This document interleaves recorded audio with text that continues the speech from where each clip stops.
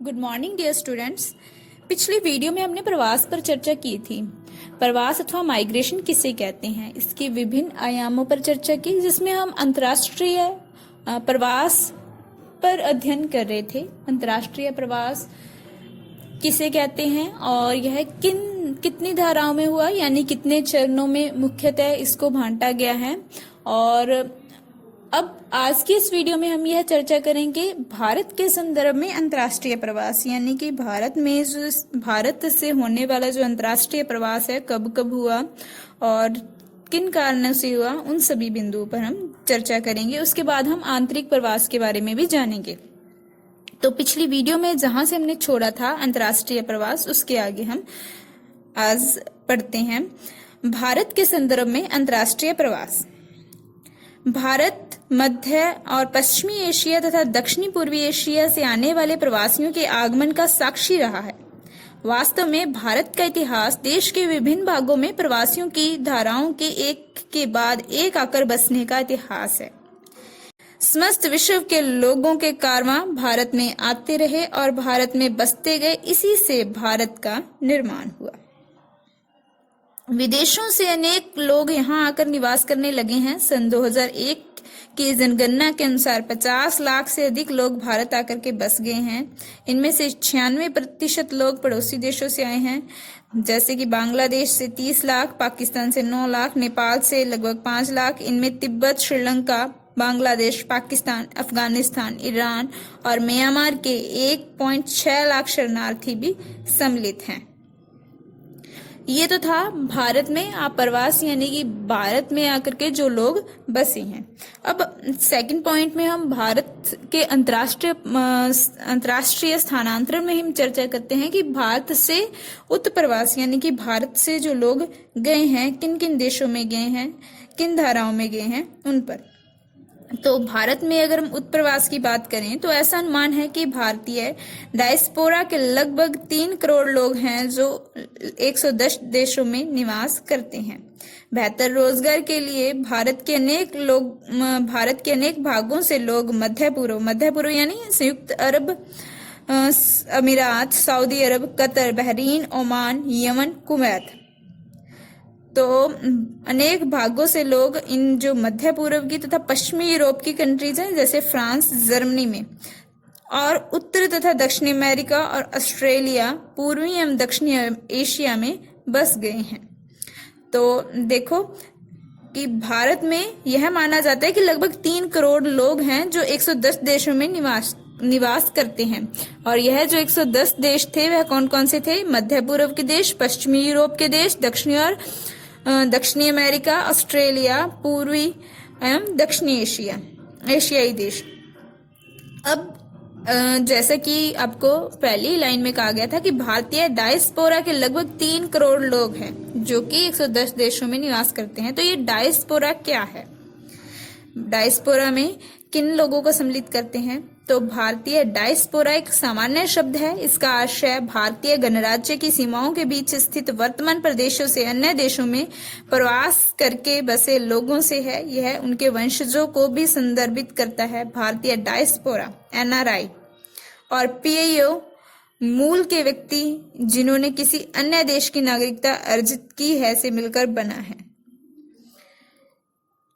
भारत से विदेशों में जाने के लिए जो मुख्यतः जिन चरणों में प्रवास हुआ है, इनकी मुख्यतः 3 धाराएं हैं, या अपनी सुविधा के अनुसार इसे अपने 3 धाराओं में वर्गीकृत कर सकते हैं। तो जो प्रथम धारा है, उपनिवेश काल यानी कि ब्रिटिश काल के दौरान अंग्रेजों द्वारा उत्तर प्रदेश और बिहार से मॉरिशस, कैरेबियन द्वीपों, फिजी और दक्षिणी अफ्रीका में फ्रांसीसी और जर्मन द्वारा रियूनियन द्वीप, मार्टिनिक, सुरीनाम तथा डच और पुर्तगालियों द्वारा गोवा, दमन और द्वीप से अंगोला, मोजाम्बिक व अन्य देशों में करारबद्ध लाखों श्रमिकों को रोपण कृषि में काम करने के लिए भेजा गया था।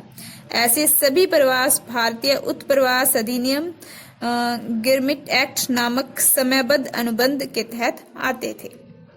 जो द्वितीय धारा थी वह प्रवासियों की दूसरी धारा में वर्तमान समय में व्यवसायी, शिल्पी, व्यापारी और फैक्ट्री मजदूर आर्थिक अवसरों की तलाश में निकटवर्ती देशों जैसे Thailand, Malaysia, Singapore, Indonesia, Brunei आदि देशों में व्यवसाय के लिए गए और यह प्रवृत्ति अब भी जारी है। 1970 दशक में पश्चिम एशिया में हुई सहसा तेल वृद्धि द्वारा जनित श्रमिकों की मांग के कारण भारत से अर्धकुशल और कुशल श्रमिकों का नियमित बाह्य प्रवास हुआ। कुछ बाह्य प्रवास उद्यमियों, भंडार मालिकों, व्यवसायिकों का भी पश्चिमी देशों में प्रवास हुआ। जो प्रवास की तृतीय धारा है, भारत से उत्प्रवास की तृतीय धारा, इसमें प्रवासियों की तीसरी धारा में डॉक्टरों, अभियंताओं, सॉफ्टवेयर अभियंताओं, प्रबंध परामर्शदाताओं, वित्तीय विशेषज्ञों, संचार माध्यम से जुड़े व्यक्तियों और अन्य क्षेत्र में विशेषज्ञ और वैज्ञानिक समाविष्ट थे, जिन्होंने संयुक्त राज्य America, Canada, United kingdom, Australia, New Zealand और जर्मनी इत्यादि में प्रवास किया। इन व्यवसायियों ने सर्वाधिक शिक्षित, उच्चतम अर्जन करने वाले सफलतम समूहों में से एक होने की विशिष्टता का आनंद लिया। तो यह था अंतर्राष्ट्रीय प्रवास, जिसमें अंतर्राष्ट्रीय प्रवास में के संदर्भ में भारत में उत्प्रवास तथा अप्रवास के बिंदुओं पर चर्चा की। अब हम बात करते हैं जो प्रवास के स्थानिक आयाम का जो दूसरा आयाम है, आंतरिक प्रवास। आंतरिक प्रवास किसे कहते हैं, इनके बारे में। आंतरिक प्रवास देश के भीतर एक स्थान से दूसरे स्थान पर होने वाले प्रवास को आंतरिक प्रवास कहते हैं। आंतरिक प्रवास के अंतर्गत 4 धाराएं सम्मिलित की जाती हैं। ग्रामीण से ग्रामीण जो पहली धारा है, खेतीहर देशों में एक ग्रामीण क्षेत्र से अन्य ग्रामीण क्षेत्र की ओर प्रवास अत्यंत महत्वपूर्ण है। भारत जैसे कृषि प्रधान देशों में ग्रामीण क्षेत्रों में रोजगार के बदलते प्रतिरूप के कारण जनसंख्या के क्षेत्रीय पुनर्वितरण की प्रवृत्ति में वृद्धि हो रही है। तो यह ऐसा प्रवास जो कौन सा है, ग्रामीण से ग्रामीण में होने वाला प्रवास है। यह भी आंतरिक प्रवास का ही उदाहरण है। दूसरा प्रवास है आंतरिक प्रवास में ग्रामीण से नगरीय क्षेत्रों में होने वाला प्रवास, अर्थात ग्रामीण से नगरीय प्रवास। विकासशील देशों में गांव से नगर की ओर होने वाला प्रवास अत्यधिक महत्वपूर्ण है। इन देशों में गांव से नगर की ओर होने वाले प्रवास के मुख्यतः 2 कारण हैं। रोजगार के लिए उपयुक्त अवसरों के अभाव में लोगों को गांव छोड़ने के लिए बाध्य होना पड़ता है, तथा शहरी चकाचौंध और सुविधाओं जैसे बेहतर शिक्षा एवं स्वास्थ्य गांव के लोगों को आकर्षित करती है।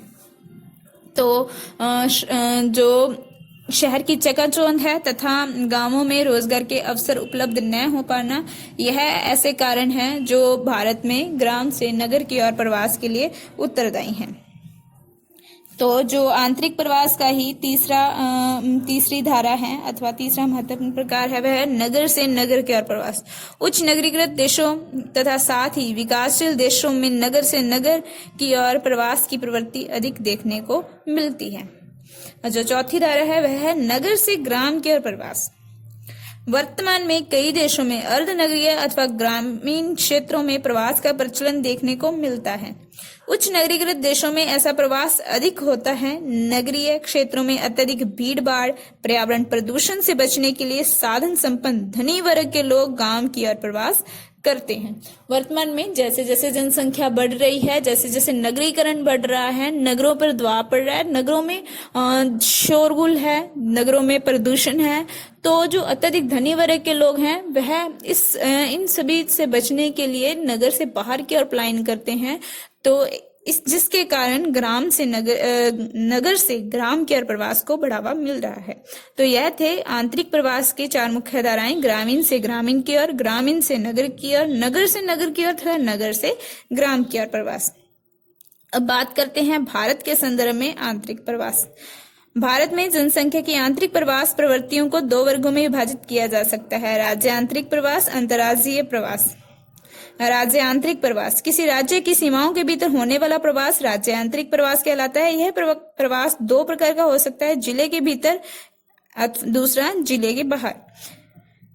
जिले के भीतर एक स्थान से दूसरे स्थान पर प्रवास होना ही जो जिले के भीतर का प्रवास है कहलाता है, जबकि जब जिले की राज्य के भीतर एक जिले से दूसरे जिलों की सीमाओं में प्रवास करते हैं, यह जिले के बाहर का प्रवास है। यह भी राज्य आंतरिक प्रवास का ही एक उदाहरण है। अंतर्राज्यीय प्रवास, देश के भीतर एक राज्य से दूसरे राज्य में होने वाला प्रवास अंतर्राज्यीय प्रवास कहलाता है। जैसे बिहार से महाराष्ट्र जाकर बसना अंतर्राष्ट्रीय प्रवास का उदाहरण है। राज्यों के मध्य बड़े पैमानों पर प्रवासन से प्रभावित दोनों राज्यों की जनसंख्या में परिवर्तन होना संभव है। तो यह थे प्रवास के प्रमुख आयाम जिसपे हमने आज की इस वीडियो में चर्चा की। नेक्स्ट वीडियो में हम जानेंगे प्रवास के कारण। और आज की वीडियो में इतना ही। धन्यवाद।